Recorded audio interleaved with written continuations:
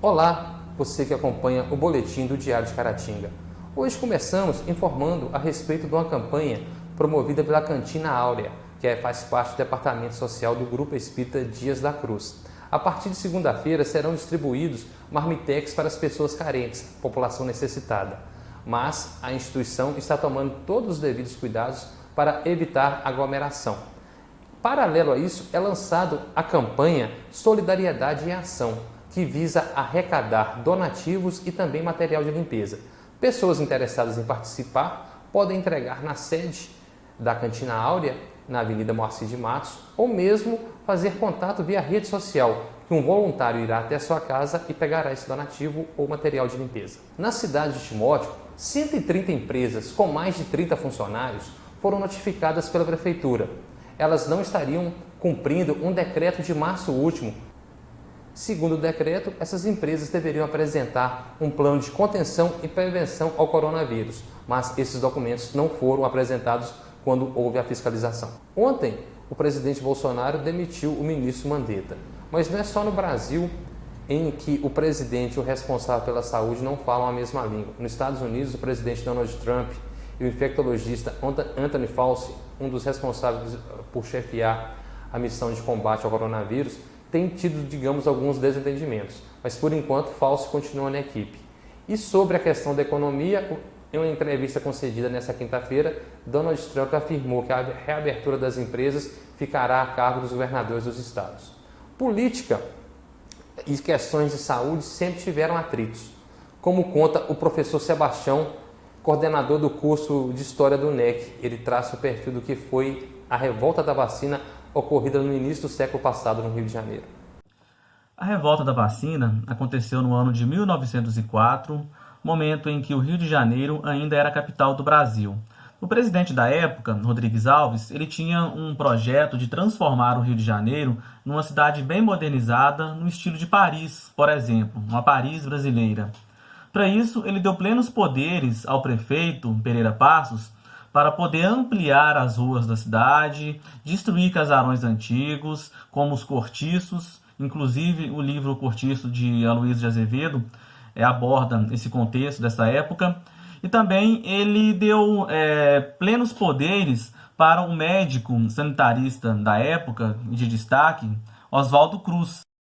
Oswaldo Cruz criou algumas campanhas para combater algumas doenças, como a febre amarela, a peste bubônica e a varíola. Inclusive, a varíola foi o motivo da revolta da vacina.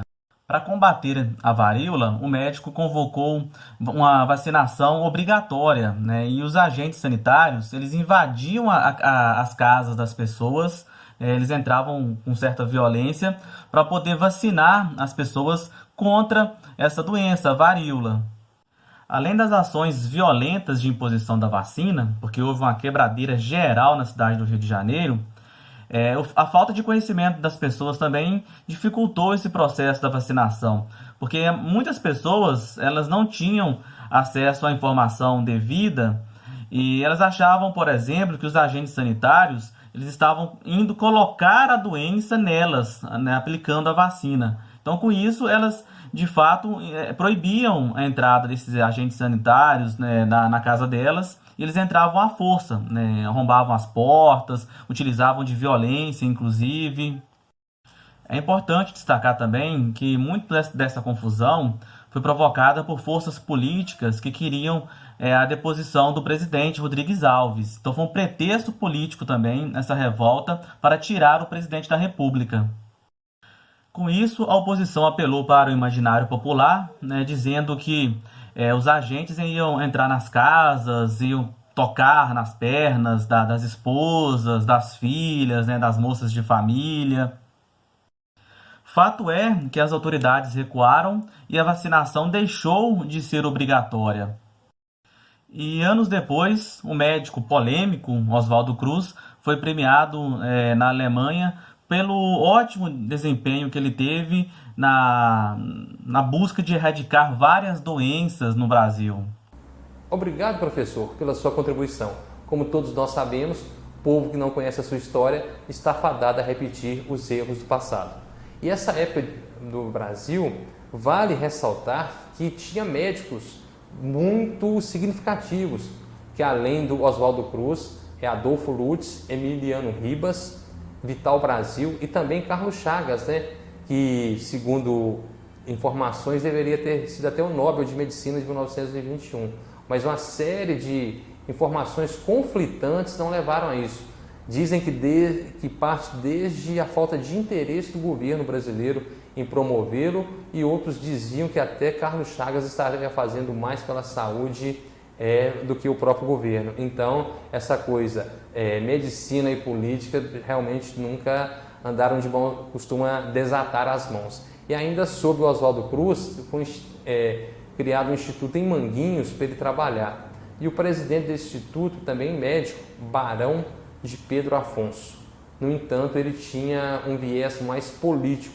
Obviamente, ele se desentendeu com Oswaldo Cruz. E para os que estão em casa, como diria a música do Ojeriza, neste sábado será transmitido o festival Together at Rome, uma iniciativa da Organização Mundial de Saúde e também da Global Citizen. Nesse festival teremos Ed Vedder, The Killers e, claro, Sir Paul McCartney.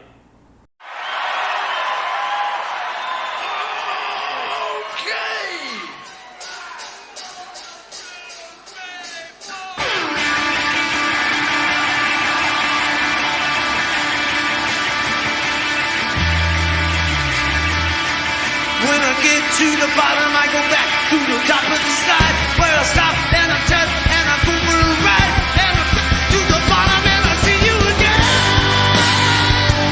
Yeah, yeah, yeah. Fica a dica, mas sem aglomeração. Conforme relata alguns leitores do Jornal Diário de Caratinga, muitas pessoas estão negligenciando essa situação de isolamento social. Para as ruas não estão saindo, mas estão fazendo as ditas resenhas em casa. É melhor ter atenção quanto a isso e evitar aglomeração, como preconiza as autoridades sanitárias. Tá certo? Obrigado. Mais à tarde tem outro boletim com as repórteres Paula e Noemi.